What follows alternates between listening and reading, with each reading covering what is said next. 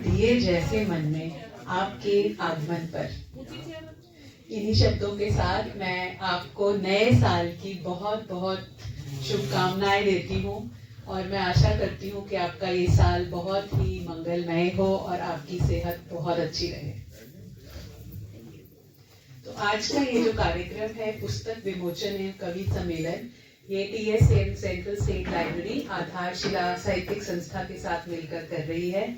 ये हमारी खुशनसीबी है कि आधारशिला हमारे साथ ऐसे प्रोग्राम्स में जुड़ती है और इसी बहाने आप हमारी लाइब्रेरी में आते हैं, क्योंकि ये लाइब्रेरी है, हमारे पास पुस्तकें हैं, पर ये सिर्फ इसका सीमित चीज़ नहीं है, क्योंकि पब्लिक लाइब्रेरी है इसमें कि हम कम्युनिटी को कैसे अपने साथ कनेक्ट करें। तो इन्हीं टाइप के प्रोग्राम्स के जरिए हम आपसे जुड़ सकते हैं, बिकॉज हम आपसे हैं और आपके आने से हमारी लाइब्रेरी में चार चांद लगते हैं। तो आज के कार्यक्रम में हमारी 2 किताबों का विमोचन है। पहली इंदु शर्मा जी की बुलाता है आसमान और दूसरा हंसराज चोपड़ा जी की किताब कमल हंस काव्य सरोवर।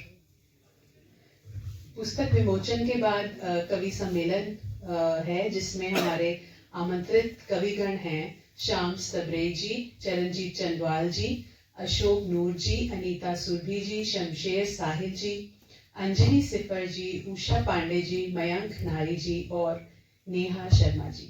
आप सभी का बहुत बहुत स्वागत।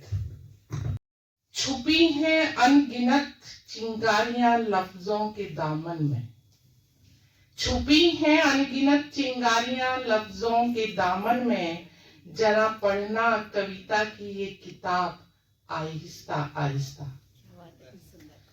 इन खूबसूरत पंक्तियों के साथ मैं इंदु शर्मा जी को उनकी पहली किताब बुलाता है आसमान के लिए ढेर सारी बधाई देती हूँ।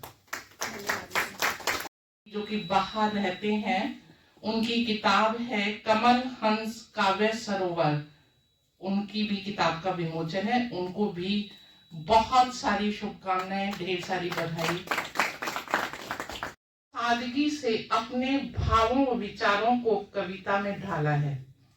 कविताओं में उनका अनुभव और अनुभव के कई रंग देखने को मिलते हैं। जब आप उनकी कविताओं से गुजरेंगे तब आपको वो रंग दिखाई देंगे। रचना प्रक्रिया एक पहाड़ों से, पर्वत से फूटती हुई जलधारा की तरह होती है। कविताएं सूरज की नव प्रभात की किरण से गम के अंधेरों को दूर करते हुए आसमान में अपने पर फैलाकर उड़ने का हौसला रखती है।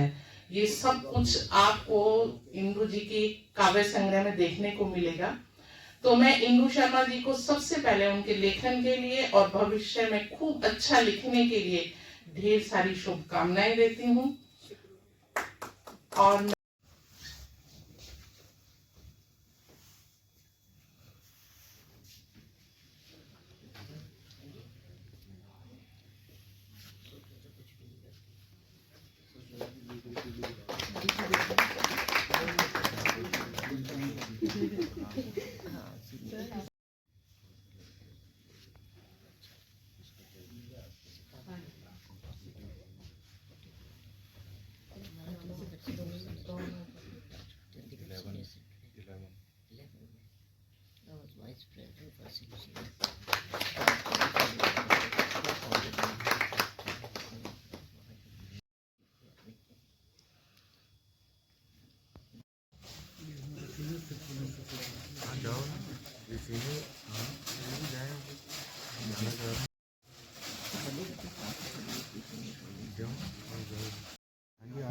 लाइब्रेरी नहीं, अभी नहीं चल रही। चोपड़ा जी ने अपनी ये पुस्तक काव्य हंस काव्य सरोवर अपनी स्वर्गीय धर्म पत्नी कमल चोपड़ा जी को समर्पित की है, जो कि एक बहुत ही अच्छी बात है। तो एक बार तालियों से स्वागत कीजिए। आभार अनीता जी। सबसे पहले मैं धन्यवाद करना चाहूँगा डॉक्टर नीलम बंसल और डॉक्टर निजा सिंह जी का, जिन्होंने हमें ये खूबसूरत सा हॉल हमारा ये कार्यक्रम आयोजित करने के लिए प्रोवाइड किया है। और सिर्फ एक बार ही नहीं, लाइब्रेरी का ये हॉल, ये लाइब्रेरी, नीलम जी, नीजा जी, हमें अब ऐसा लगने लगा है कि हमारे परिवार के सदस्य हैं। और जब कभी भी हमें स्थान की आवश्यकता होती है अपने कार्यक्रम करने के लिए, तो हम बेझिझक बेधड़क यहाँ पे चले आते हैं। और हर बार इसी तरह से आप दोनों का हमें सहयोग मिलता है। उसके लिए पूरी आधारशिला संस्था और आज स्पेशली इंदु शर्मा जी की तरफ से मैं आप दोनों का बहुत बहुत धन्यवाद करता हूँ। लेखक की जो पहली पुस्तक आती है वो उसके लिए बहुत महत्वपूर्ण होती है, बहुत इम्पोर्टेंट होती है। एक सपना होता है जो नींद के शुरू होने के साथ शुरू होता है और धीरे धीरे धीरे धीरे वो डेवलप होता चला जाता है। और जिस दिन वो सपना पूरा होता है, आप सोच सकते हैं कि उसकी खुशी कितनी ज़्यादा होती है। हमारे में से बाकी लोग जो लिखते हैं, जिनकी पुस्तकें आई हैं, वो इस खुशी से गुजरे हुए हैं।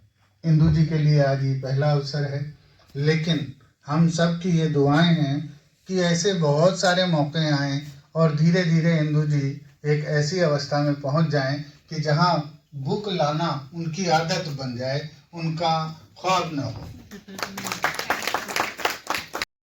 मेरे एक साथी प्रोफेसर ने कॉलेज में मुझे बताया कि कोई महिला है जो आपसे मिलना चाहती हैं। अब देखिए, इस उम्र में अगर कोई महिला मिलना चाहे तो वैसी खुशी बहुत ज्यादा होती है।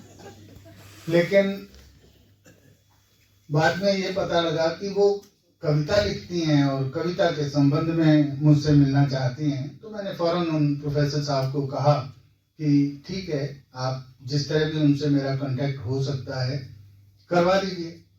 और अल्टीमेटली फिर एक दिन क्या हुआ कि इंदु जी अपने पतिदेव श्री सुशील शर्मा जी के साथ घर तशरीफ ले आई। काफी देर हम लोगों ने कविता के बारे में बात की। इंदु जी मेरे से तरह तरह के सवालात पूछती रहीं। इसके अलावा जो कुछ मुझे कविता के बारे में थोड़ा बहुत मालूम है, मैं अपने पास से भी उनको बताता रहा। और अंत में फिर मैंने उनसे पूछा, मैंने कहा भाई आपने कितनी कविताएं लिखी हैं, कब से लिखना शुरू किया?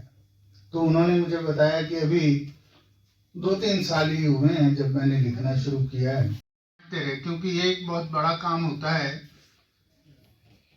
चरणजीत सर का या किसी का एक शेर है, मुझे तो अपने सारे मिसरे अच्छे लगते हैं। तो जो कविता लिखता है, गजल लिखता है, कहानी लिखता है, कुछ भी लिखता है, उसे तो अपनी लिखी हर चीज अच्छी लगती है। लेकिन उनमें से कितनी चीजें, कितनी कविताएं या कहानियां पुस्तक की शक्ल में आनी चाहिए, ये हमें डिसाइड करना पड़ता है। कि उन्होंने इन सारी चीजों को, सभी चीजों को बड़ी बारीकी के साथ न सिर्फ सुना बल्कि अपने दिमाग में बिठा लिया। और उसके बाद की जो रचनाएं हैं, वो इंदु जी खुद भी इस बात को स्वीकार करेंगी कि जब उन्हें इन चीजों का ज्ञान हो गया, रस छंद अलंकार का, बहुत एक अच्छे स्टूडेंट की तरह, बहुत एक अच्छे विद्यार्थी की तरह उन्होंने ये सारी चीजें न सिर्फ सुनी बल्कि सीखी। और उसके बाद जो उनकी कविताएं आई या आ रही हैं, उनमें इंदु जी खुद भी एक साफ सुथरा परिवर्तन देख सकती हैं। और मैं ये समझता हूँ कि भविष्य में जिस तरह से वो कविताएं लिख रही हैं, जिन थॉट्स को वो अपनी कविताओं में ढाल रही हैं, मैं गारंटी के साथ ये कह सकता हूँ कि हमारे शहर में, यमुनानगर में, कविता का जो भविष्य है ऐसे ऐसे लोगों के हाथ में सुरक्षित ही नहीं है बल्कि बहुत डेवलप होने वाला है। कविता से रिलेटेड वो ये था कि मुझे उनमें एक स्पार्क, एक चिंगारी जो है वो देखने को मिली कि उनके अंदर एक चिंगारी है जिसके माध्यम से वो अपनी कविताओं को लेके हम सब पे छा जाना चाहती हैं या साहित्य में अपना स्थान, एक पर्टिकुलर स्थान जो है बनाना चाहती हैं। और यही वो बात थी जिसने हमें या मुझे इस बात के लिए आकर्षित किया कि उनकी पहली पुस्तक जल्दी से जल्दी आए, क्योंकि कॉन्फिडेंस उनमें जो है पुस्तक के आते ही उस कॉन्फिडेंस में 100 गुना इजाफा हो जाने वाला है। सामने उनकी कुछ कविताओं के माध्यम से प्रस्तुत कर रहा हूँ। आप देखें, आत्मविश्वास जिसकी मैंने अभी बात की, सेल्फ कॉन्फिडेंस, उसके ऊपर वो एक जगह कहती हैं एक कविता में कि रोने से गर कम हो जाता दर्द, रोने से गर कम हो जाता दर्द तो रो लेती मैं भी, रोने से अगर कम हो जाता दर्द तो रो लेती मैं भी, हौसले से ही जीते जाते हैं, चाहे वो जंग हो या फिर दर्द। हम उनकी कविताओं की ओर आकर्षित हुए। एक और आप देखें उदाहरण उनका प्रेम की पराकाष्ठा के बारे में। प्रेम को सब लोग अपने अपने ढंग से महसूस करते हैं।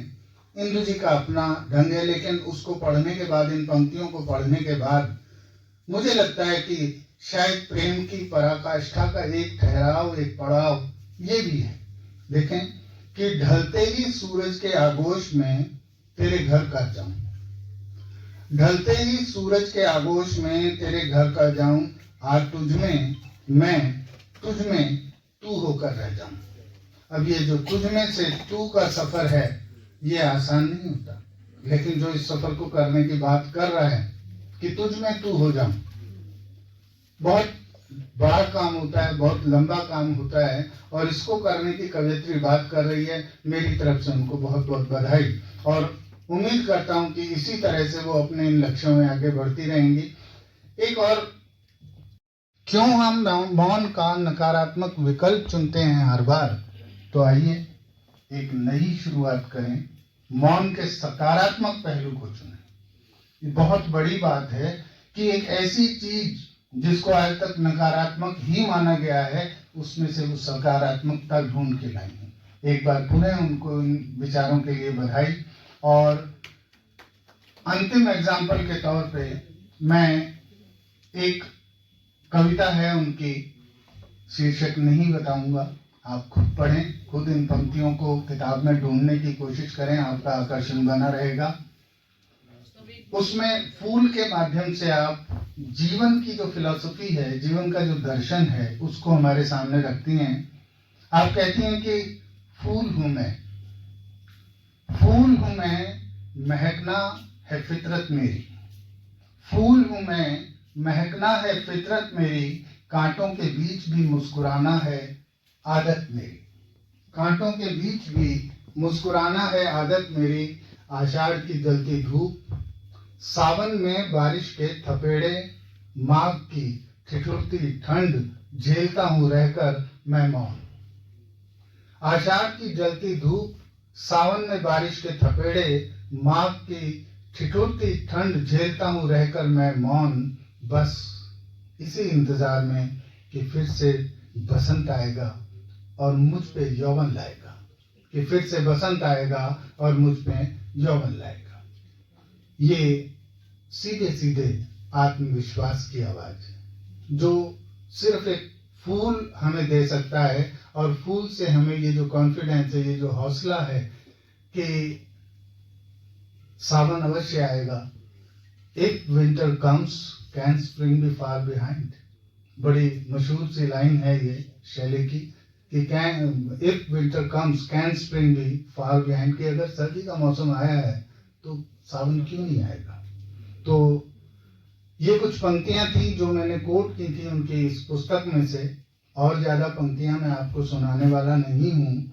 वो इसलिए कि किताब आपके पास है, किताब परचेज करें, किताब पढ़ें, और आप खुद अपने लेवल पे इन पंक्तियों को अप्रिशिएट करें, इन पंक्तियों के अर्थ निकालें, क्योंकि कविता हो या कोई और विधा हो साहित्य की, हमारे अपने अपने अर्थ रहते हैं, अपने अपनी सोच है, अपने अपने हमारे आदर्श हैं, हमारे संस्कार हैं, हमारी फीलिंग्स हैं जो इन पात्रों को हमारे सामने लाती हैं। उसी तरह से इंदु जी की बुक है, ये कविताएं हैं, आप किताब खरीदें।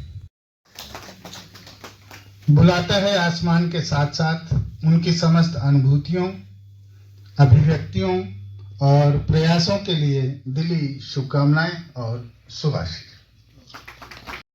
क्योंकि हमारे पास आपकी पुस्तक नहीं थी तो उस पर बोलने के लिए हमारे पास कुछ है नहीं, मैं आप ही से प्रार्थना करूंगा कि अपनी पुस्तक के बारे में हमें थोड़ा बहुत बताएं। अध्यक्ष आधारशिला साहित्यिक संस्था श्री अशोक जी, पुस्तकालयाध्यक्ष नीलम बंसल जी, डॉक्टर नीजा सिंह जी, मित्रों, देवियों और सज्जनों, मेरे लिए बड़ा हर्ष का विषय है कि मुझे भी आज इस कार्यक्रम में सम्मिलित होने का सौभाग्य प्राप्त हुआ। वास्तव में मैं पुस्तकालय विज्ञान का विद्यार्थी रहा हूँ। उसी सब्जेक्ट में पढ़ाया है सारी उम्र। उसी सब्जेक्ट में मैं पंजाब यूनिवर्सिटी में professor and head of department था। नीलम जी, नीजा जी मेरे स्टूडेंट हैं, इससे पुराने बहुत स्टूडेंट्स हैं, तो बड़ा अच्छा लगता है उनको मिलकर, देखकर। मैंने वैसे तो बहुत कुछ लिखा है, लेकिन कविता के रूप में ये मेरी पहली पुस्तक है। इससे पहले मैंने वैसे 12 अपने सब्जेक्ट में किताबें लिखी हैं। सरकारी, ऑफिशियल, 6 इंटरनेशनल अवार्ड लिए हैं, 15-16 PhD निकाले हैं, बहुत काम किया है, बहुत पब्लिश किया है। लेकिन शौक था, साथ साथ में थोड़ा थोड़ा कभी कविता लिख लेता था। 66 में हमारी शादी हुई तो मैंने लिखना शुरू किया, और आज से 7-8 महीने पहले मेरे मिसेस की डेथ हो गई। तो अगले ही में अप्रैल में डेथ हुई, और मई में मैंने ये सारी वो कविताएं इकट्ठी करके छपवा दी, और मैंने उन्हीं को ये समर्पण की हैं। और इनमें सबसे अच्छी बात ये है भाई, जीवन के संघर्ष, उतार चढ़ाव, अच्छाइयाँ, वक्त जो भी मेरे एक्सपीरियंसेस थे वो सब इसमें लिखे हैं, मिसलेनियस। और कभी सोचा नहीं था मैं ये कविता का ये लिखूंगा और छापूंगा, लेकिन मौका ऐसा बन गया। तो मैं आपको बताना चाहूँगा, मेरी वाइफ का नाम था कमल, तो पानी में कमल। मेरा नाम है हंस, हंसराज चोपड़ा, हंस। और मेरी 3 बेटियां और 1 बेटा है, चारों PhD हैं। बड़ी बेटी का नाम है नीरा, तो नीर पानी है, ये सीनरी। दूसरी का नाम है इंदु, ये भी मेरी बेटी इंदु, और ये भी इंदु चंद्रमा। और तीसरी है शिल्पी, नेचर, शिल्प। और बेटा है Shailendra, Himalayas, mountain. So it gives complete picture of my family. और नाम मैंने चुना कमल, हंस। कमल मेरी वाइफ का नाम, हंस मेरा नाम, काव्य सरोवर। तो फीलिंग है, इमोशनल बातें हैं। बाकी कविता आप धीरे धीरे आप पढ़ते रहिए। मैं एक कविता आपकी इजाजत से पढ़ना चाहूंगा। ये MA तो की होगी, या दफ्तर में टाई पीटी या फाइलें काली की होंगी, कईयों ने गलती की होगी LLB भी करने की। PhD ग्रेजुएट्स को भी आवश्यकता नहीं है डरने की, हैं सभी पढ़ाइयाँ बच्चे बच्चियाँ। लाइब्रेरी साइंस जी माता हैं, इनके सामने MSc को भी कुछ नहीं आता है। लाइब्रेरी में बैठे बैठे सारे ब्रह्मांड की ये सैर कराती, गलती से सो भी जाओ तो भी स्वप्न बनकर आ जाती। गेंदा गुलाब तो नन्हे मुन्ने, होता है गोभी का बड़ा फूल। साइंसों में भी लाइब्रेरी साइंस, जिसको निश्चित नहीं कोई रूल। कर भरे मन के सारे घाव, आलिंगन दे कर भरे मन के सारे घाव, प्रेम पुरित औषधि यही प्रकट करे सद्भाव। हाँ, प्रकट करे सद्भाव। लफ्ज़े कुन से बना जहान मगर, लफ्ज़े कुन से बना जहान मगर, तुम बनाए गए हो हाथ के साथ। बहुत बहुत शुक्रिया। उसकी आंखें जवाब देती हैं, उसकी आंखें जवाब देती हैं, लब तो खुलते हैं एहतियात के साथ। खेल जन्मों का बंद कर ए खुदा, खेल जन्मों का बंद कर ए खुदा, कर दिया कर हिसाब साथ के साथ। खेल जन्मों का बंद कर ए खुदा, कर दिया कर हिसाब साथ के साथ। एक अलग गजल से चंद शेर देखिएगा। चेहरा सभी का झूठ है, सारे उदास हैं। चेहरा सभी का झूठ है, सारे उदास हैं, और हमको था भरम के अकेले उदास हैं। हम पर उदासियों के ही एहसान है सो हम पर उदासियों के ही एहसान है सो हम दुनिया से सर उठा के कहेंगे उदास हैं। ऐसा कोई जिसे होता हमारे पास भी, ऐसा कोई जिसे आंखों में आंख डाल के कहते उदास हैं। आधा उदास होने का हमको नहीं शऊर, आधा उदास होने का हमको नहीं शऊर, सो दिल के साथ साथ ये लहजे उदास हैं। हमको न दे सकेगी सुकून अब कोई भी शय, ऐ जाने जा हम आपके रहते उदास हैं। रंगत चुरा के ले गई गुल से नई फजा, रंगत चुरा के ले गई गुल से नई फजा, कैसा अजीब दौर है बच्चे उदास हैं। आदरणीय अनीता सुरभि जी, उषा मैम मौजूद हैं, और अशोक सर, चरणजीत जी और तमाम सीनियर्स। मेरे सामने तो सारे सीनियर्स ही बैठे हुए हैं। मेरे सबसे छोटा पूरे सदन में मैं हूँ जैसे आप। और जो हंस कमल किताब जो लोकार्पण हुई है, दोनों को बहुत बहुत शुभकामनाएं। और चूंकि कवि सम्मेलन पोस्टर पर भी लिखा हुआ है, तो कविताओं से ही बात कहने की कोशिश होगी। हालांकि अभी गुजारिश हुई है और आदेश हुआ है सर का, तो वो मतला और शेर मैं आपको जरूर सुनाता हूँ। सबसे पहले वही सुनिए साहिब सदर की इजाजत से।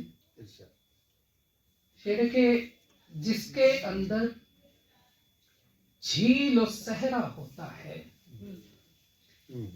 जिसके अंदर झील और सहरा होता है, हर रिश्ता एक ऐसा पिंजरा होता है।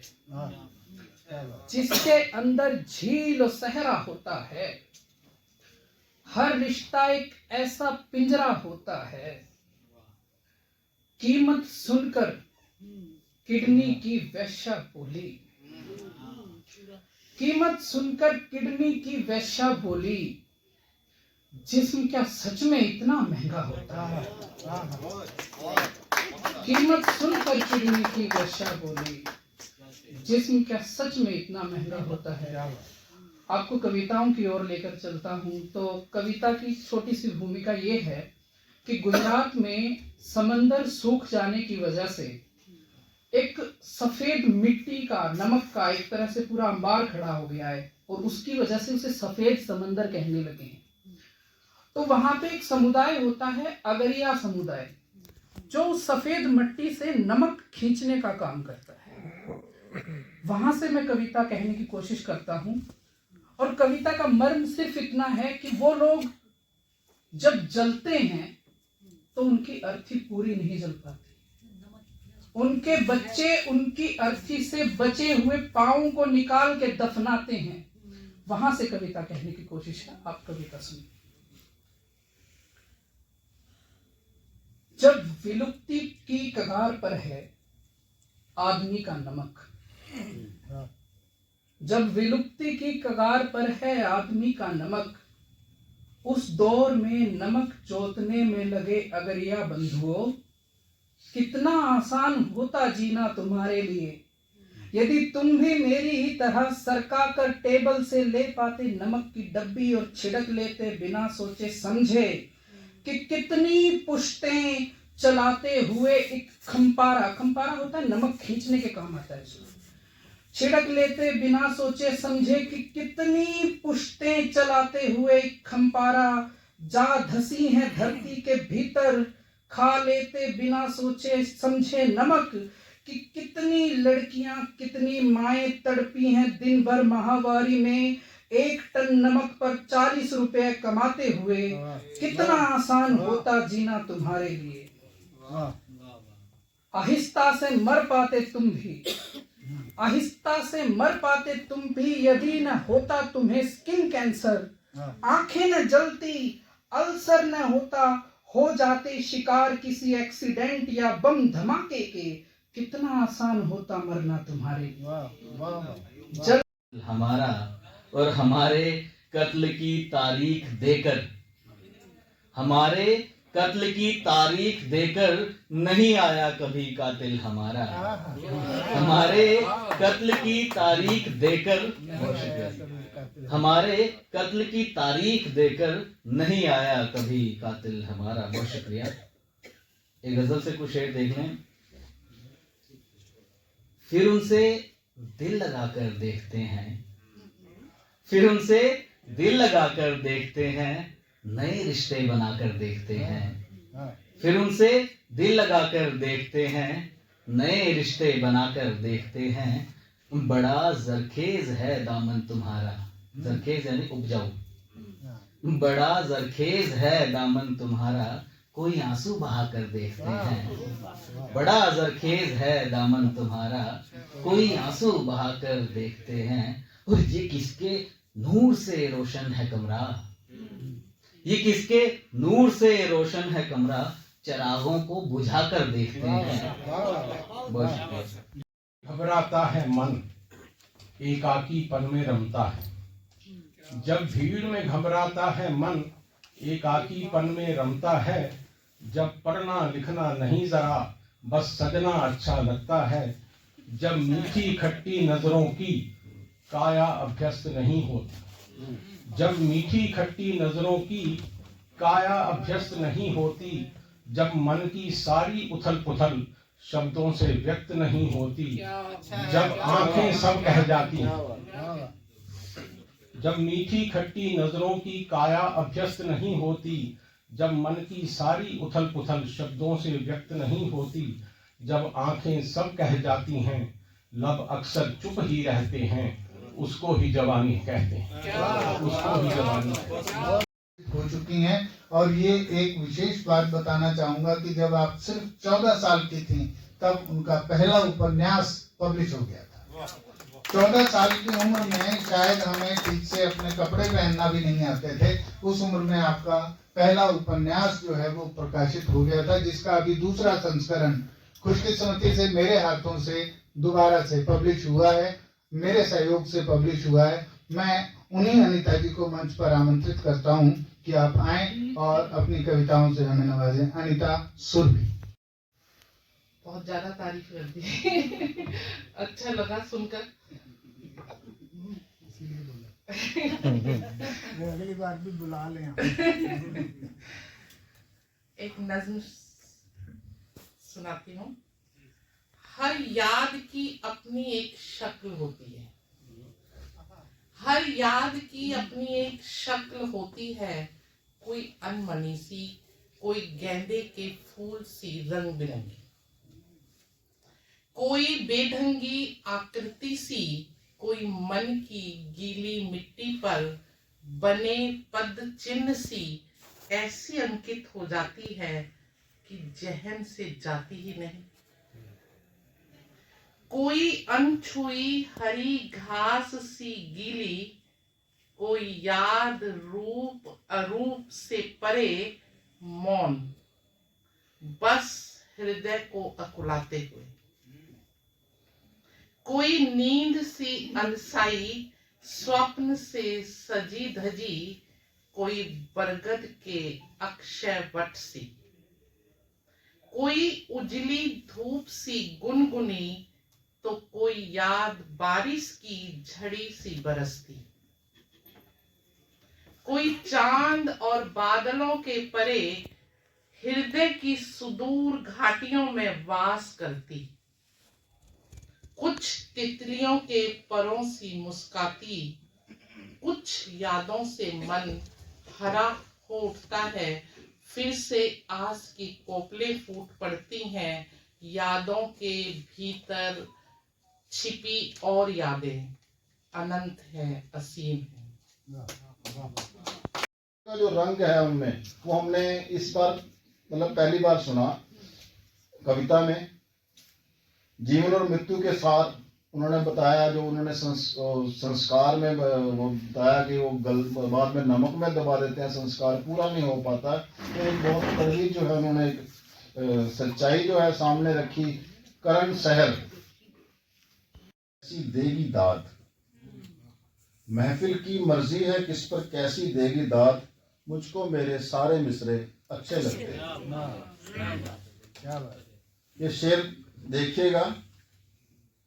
शानों पर जब झुकी हुई जुल्फें झटकाते हो, शानों पर जब झुकी हुई जुल्फें झटकाते हो, कानों में हिलते दो झुमके अच्छे लगते हैं।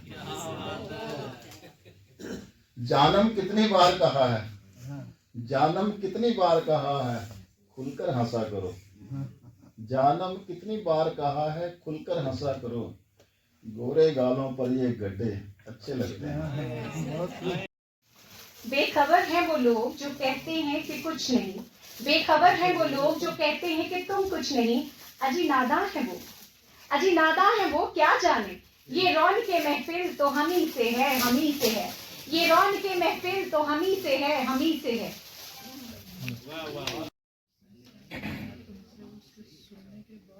हमारे को ये हॉल देने में ही सहयोग नहीं रहता।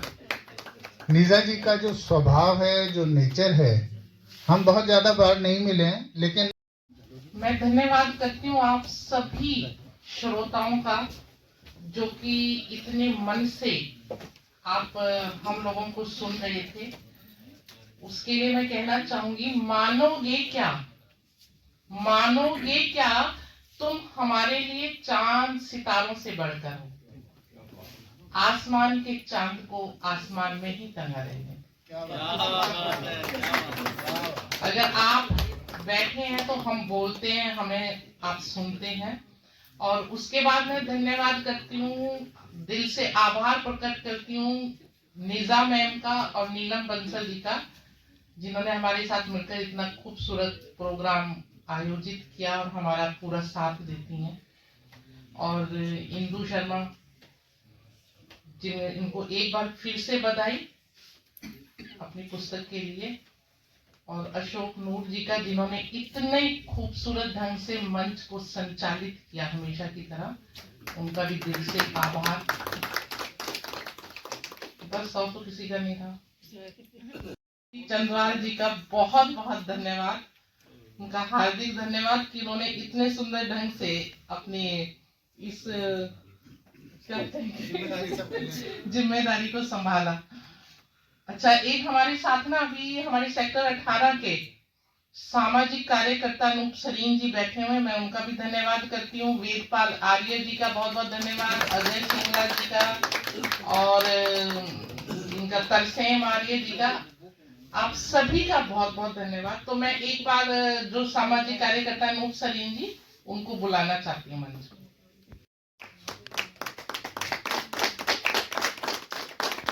सभी का यहाँ पर हार्दिक स्वागत करता हूँ, अभिनंदन करता हूँ। आज अनीता जी ने यहाँ मंच पर मुझे बुलाया, इसके लिए मैं हृदय से बहुत बहुत आभार प्रकट करता हूँ और इनकी संस्था के प्रति भी बहुत आभार प्रकट करता हूँ। मैं भी एक पंक्ति बोलना चाहूंगा जो मैंने लिखी है क्रिकेट के ऊपर। तो क्योंकि जिस माहौल में हम पहुंचते हैं तो उसी माहौल, जब तक वो माहौल ना बने तो आनंद भी नहीं आता। जीवन एक क्रिकेट है। सृष्टि के महान स्टेडियम में पृथ्वी की विराट पिच पर समय बॉलिंग कर रहा है। शरीर बल्लेबाज है, प्राण हमारे विकेट हैं। परमात्मा के संयोजन में भगवान धर्मराज है। बीमारियां फील्डिंग कर रही हैं, विकेट कीपर यमराज है। वैर हमारा विकेट है। सांसों के सीमित योजन में रन बनाने हैं। गुलियों का गिर जाना सांसों का रुक जाना है। LBW हार्ट अटैक है। दुर्घटना रन आउट है। सीमा पर सही भागने वाला कैच आउट है। हिट विकेट आत्महत्या है और स्टंप का गिर जाना हत्या है। कुछ आकर्षक खिलाड़ी जल्द ही पवेलियन लौट जाते हैं, पर पारी ऐसी खेलते हैं जल्द ही कीर्तिमान स्थापित कर जाते हैं। सबका अपना अपना रन रेट है। जीवन एक क्रिकेट है। आपका बहुत बहुत धन्यवाद। और सोशल काम में किसी भी तरह की आपको आवश्यकता हो समाज सेवा में, तो अनीता जी से मेरा नंबर ले सकते हैं।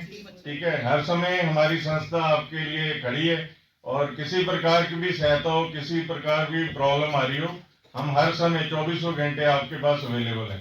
ठीक है, बहुत बहुत धन्यवाद, आभार।